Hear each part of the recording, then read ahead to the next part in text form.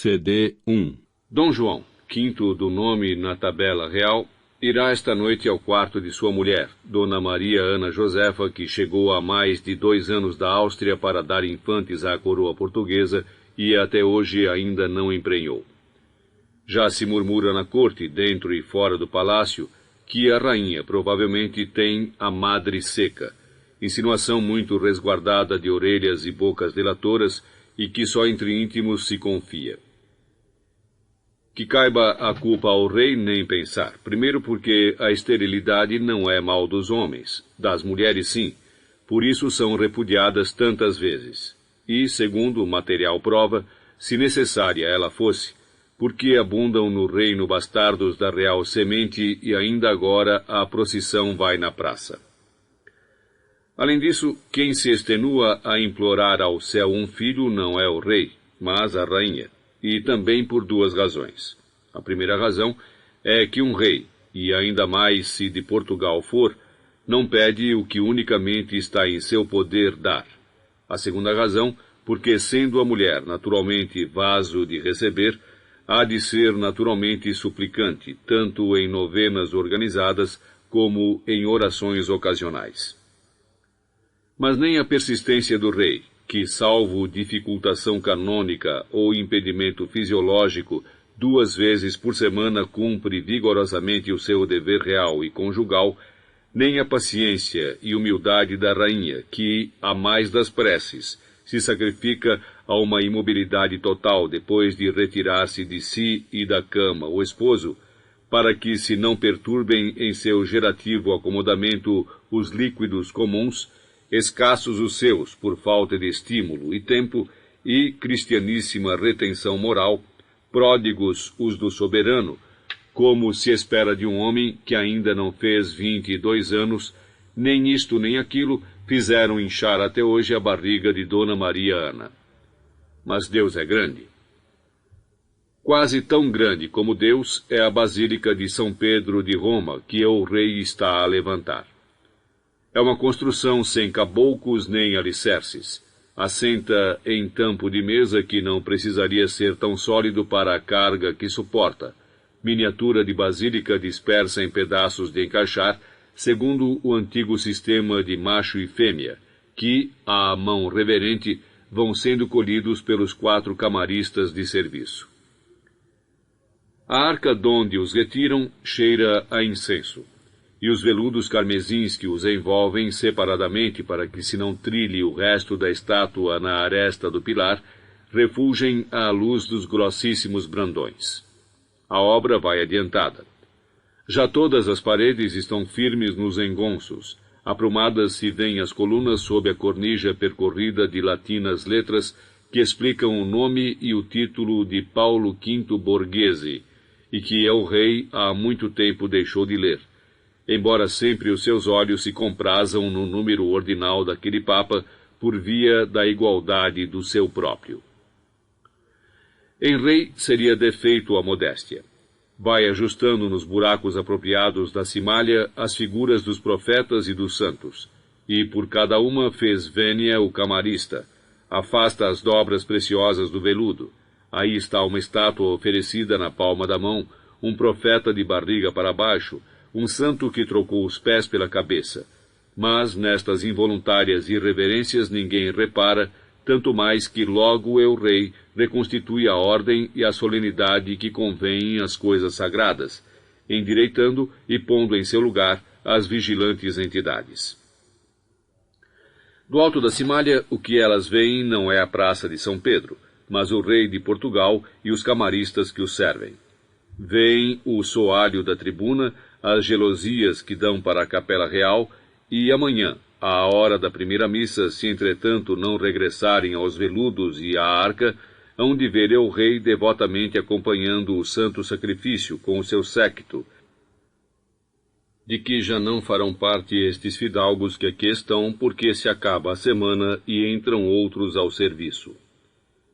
Por baixo desta tribuna em que estamos, outra há, também velada de gelosias, mas sem construção de armar, capela, fosse ou ermitério, onde, apartada, assiste a rainha ao ofício, nem mesmo a santidade do lugar tem sido propícia à gravidez. Agora só falta colocar a cúpula de Miguel Ângelo, aquele arrebatamento de pedra aqui em fingimento, que, por suas excessivas dimensões, está guardada em arca à parte. E sendo esse o remate da construção, lhe será dado diferente aparato, que é o de ajudarem todos ao rei, e com um ruído retumbante ajustam-se os ditos machos e fêmeas nos mútuos encaixes, e a obra fica pronta. Se o poderoso som que ecoara por toda a capela pôde chegar, por salas e extensos corredores, ao quarto ou câmara onde a rainha espera, fique ela sabendo que seu marido vem aí. Que espere. Por enquanto, ainda o rei está a preparar-se para a noite. Despiram-no os camaristas, vestiram-no com o trajo da função e do estilo, passadas as roupas em mão tão reverentemente como relíquias de santas que tivessem trespassado donzelas. E isto se passa na presença de outros criados e pajens. Este que abre o gavetão, aquele que afasta a cortina, um que levanta a luz, outro que lhe modera o brilho, 2 que não se movem, 2 que imitam estes, mais uns tantos que não se sabe o que fazem, nem por que estão. Enfim, de tanto se esforçarem todos, ficou preparado o rei. Um dos fidalgos retifica a prega final, outro ajusta o cabeção bordado. Já não tarda um minuto que Dom João V se encaminhe ao quarto da rainha. O cântaro está à espera da fonte. Mas vem agora entrando Dom Nuno da Cunha, que é o bispo inquisidor, e traz consigo um franciscano velho. Entre passar adiante e dizer o recado, há vênias complicadas, floreios de aproximação, pausas e recuos, que são as fórmulas de acesso à vizinhança do rei. E a tudo isto teremos de dar por feito e explicado, vista a pressa que traz o bispo e considerando o tremor inspirado do frade.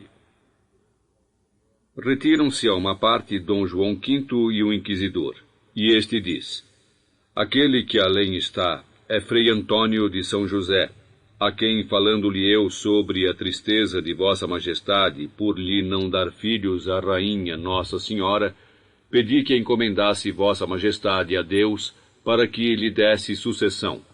E ele me respondeu que Vossa Majestade terá filhos se quiser. E então perguntei-lhe que queria ele significar com tão obscuras palavras, porquanto é sabido que filhos quer Vossa Majestade ter. E ele respondeu-me, palavras, enfim, muito claras, que se Vossa Majestade prometesse levantar um convento na vila de Mafra, Deus lhe daria sucessão. E tendo declarado isto, calou-se Dom Nuno e fez um aceno ao arrábido. Perguntou eu o rei: é verdade o que acaba de dizer-me Sua Eminência, que se eu prometer levantar um convento em Mafra, terei filhos? E o frade respondeu: verdade é, senhor. Porém, só se o convento for franciscano. E tornou eu rei: como sabeis? E Frei Antônio disse: sei, não sei como vim a saber. Eu sou apenas a boca de que a verdade se serve para falar. A fé não tem mais que responder. Construa Vossa Majestade o convento e terá brevemente sucessão. Não o construa e Deus decidirá. Com gesto mandou eu rei ao arrábido que se retirasse, e depois perguntou a Dom Nuno da Cunha: é virtuoso este frade? E o bispo respondeu: não há outro que mais o seja na sua ordem. Então, Dom João, o quinto do seu nome, assim assegurado sobre o mérito do empenho, levantou a voz para que claramente o ouvisse quem estava, e o soubessem amanhã cidade e reino. Prometo, pela minha palavra real, que farei construir um convento de franciscanos na vila de Mafra, se a rainha me der um filho no prazo de 1 ano a contar deste dia em que estamos. E todos disseram: Deus ouça Vossa Majestade. E ninguém ali sabia quem iria ser posto à prova, se o mesmo Deus, se a virtude de Frei Antônio, se a potência do rei, ou, finalmente, a fertilidade dificultosa da rainha. Dona Mariana conversa com a sua camareira mor portuguesa, a Marquesa de União. Já falaram das devoções do dia, da visita feita ao convento das Carmelitas Descalças da Conceição dos Cardeais e da novena de São Francisco Xavier, que amanhã principiará em São Roque. É um falar de rainha e marquesa, jaculatório e ao mesmo tempo lacrimoso quando proferem os nomes dos santos, pungitivo se houver menção de martírios ou sacrifícios particulares de padres e madres, mesmo não excedendo uns e outros a simples maceração do jejum ou a oculta fustigação do cilício. Mas el-rei já se anunciou, e vem de espírito aceso, estimulado pela conjunção mística do dever carnal e da promessa que fez a Deus por intermédio e bons ofícios de Frei Antônio de São José. Entraram com el-rei 2 camaristas que o aliviaram das roupas supérfluas, e o mesmo faz a marquesa a rainha de mulher para mulher, com a ajuda de outra dama, condessa, mais uma camareira-mor não menos graduada que veio da Áustria. Está ao quarto uma assembleia, as majestades fazem mútuas vênias, nunca mais acaba o cerimonial. Enfim, lá se retiram os camaristas por uma porta, as damas por outra, e, nas antecâmaras, ficarão esperando que termine a função para que regresse el-rei acompanhado ao seu quarto, que foi da rainha sua mãe no tempo de seu pai. E venham as damas a este aconchegar, Dona Mariana, debaixo do cobertor de penas, que trouxe da Áustria também, e sem o qual não pode dormir, seja inverno ou verão. E é por causa deste cobertor, sufocante até no frio fevereiro, que Dom João V não passa toda a noite com a rainha. Ao princípio, sim, por ainda superar a novidade ao incômodo, que não era pequeno sentir-se banhado em suores próprios e alheios, com uma rainha tapada por cima da cabeça, recosendo cheiros e secreções. Dona Maria Ana, que não veio de um país quente, não suporta o clima deste. Cobre-se toda com o imenso e altíssimo cobertor, e assim fica enroscada como toupeira que encontrou pedra no caminho e está a decidir para que lado há de continuar a escavação da galeria. Vestem a rainha e o rei camisas compridas, que pelo chão arrastam. A do rei somente a fímbria bordada, a da rainha bom meio palmo mais, para que nem a ponta dos pés se veja, o dedo grande ou os outros, das impudicícias conhecidas talvez seja esta a mais ousada. Dom João V conduz Dona Maria Ana ao leito. Leva pela mão como no baile o cavaleiro à dama.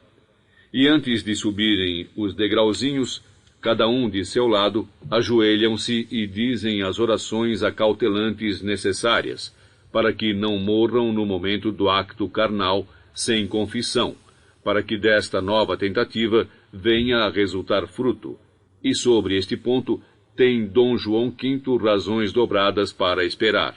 Confiança em Deus e no seu próprio vigor. Por isso está dobrando a fé com que ao mesmo Deus impetra sucessão. Quanto a Dona Mariana, é de crer que esteja rogando os mesmos favores, se porventura não tem motivos particulares que os dispensem e sejam segredo do confessionário. Já se deitaram. Esta é a cama que veio da Holanda quando a rainha veio da Áustria, mandada fazer de propósito pelo rei, a cama, a quem custou 75.000 cruzados, que em Portugal não há artífices de tanto primor, e, se os houvesse, sem dúvida ganhariam menos. A desprevenido olhar nem se sabe se é de madeira o magnífico móvel, coberto como está pela armação preciosa, tecida e bordada de florões e relevos de ouro, isto não falando do dossel que poderia servir para cobrir o Papa. Quando a cama aqui foi posta e armada, ainda não havia percevejos nela, tão nova era. Mas depois, com o uso, o calor dos corpos, as migrações no interior do palácio ou da cidade para dentro, donde este bichedo venha que não se sabe, e, sendo tão rica de matéria e adorno, não se lhe pode aproximar um trapo a arder para queimar o enxame. Não há mais remédio, ainda não o sendo que pagar a Santo Aleixo 50 réis por ano, a ver se livra a rainha e a nós todos da praga e da coceira. Em noites que vem El Rei, os percevejos começam a atormentar mais tarde por via da agitação dos colchões. São bichos que gostam de e gente adormecida. Lá na cama do rei estão outros à espera do seu quinhão de sangue, que não acham nem pior nem melhor que o restante da cidade, azul ou natural. Dona Mariana estende ao rei a mãozinha suada e fria, que, mesmo tendo aquecido debaixo do cobertor, logo arrefece ao ar gélido do quarto. E o rei, que já cumpriu o seu dever, e tudo espera do convencimento e criativo esforço com que o cumpriu, beija-la como a rainha e futura mãe, se não presumiu demasiado Frei Antônio de São José. É Dona Mariana quem puxa o cordão da sineta. Entram de um lado os camaristas do rei, do outro as damas, pairam cheiros diversos na atmosfera pesada. Um deles que facilmente identificam que sem o que a isto cheira não são possíveis milagres como o que desta vez se espera.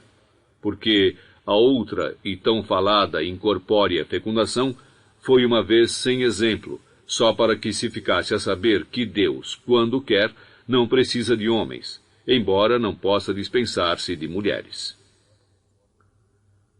Ainda que insistentemente tranquilizada pelo confessor, tem Dona Mariana, nestas ocasiões, grandes escrúpulos de alma.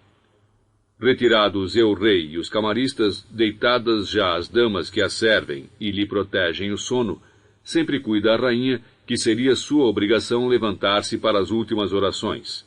Mas, tendo de guardar o choco por conselho dos médicos, contenta-se com murmurá-las infinitamente, passando cada vez mais devagar as contas do rosário, até que adormece no meio de uma ave-maria cheia de graça. Ao menos com essa foi tudo tão fácil. Bendito seja o fruto do vosso ventre, e é no seu do ansiado próprio que está pensando. Ao menos um filho, Senhor, ao menos um filho. Deste involuntário orgulho nunca fez confissão, por ser distante e involuntário, tanto que, se fosse chamada a juízo, juraria com verdade que sempre se dirigira à Virgem e ao ventre que ela teve. São meandros do inconsciente real, como aqueles outros sonhos que sempre Dona Maria Ana tem. Vá lá explicá-los. Quando El Rei vem ao seu quarto, que é ver-se atravessando o terreiro do paço para o lado dos açougues, levantando a saia à frente e patinhando numa lama aguada e pegajosa que cheira ao que cheiram os homens quando descarregam, enquanto o infante Dom Francisco, seu cunhado, cujo antigo quarto agora ocupa, alguma assombração lhe ficando, dança em redor dela, empoleirado em andas, como uma cegonha negra. Também deste sonho nunca deu contas ao confessor. E que contas saberia ele dar-lhe por sua vez, sendo como é, caso omisso no manual da perfeita confissão. Fique Dona Maria Ana em paz, adormecida, invisível sob a montanha de penas, enquanto os percevejos começam a sair das fendas, dos refegos e se deixam cair do alto do céu, assim tornando mais rápida a viagem. Também Dom João V sonhará esta noite.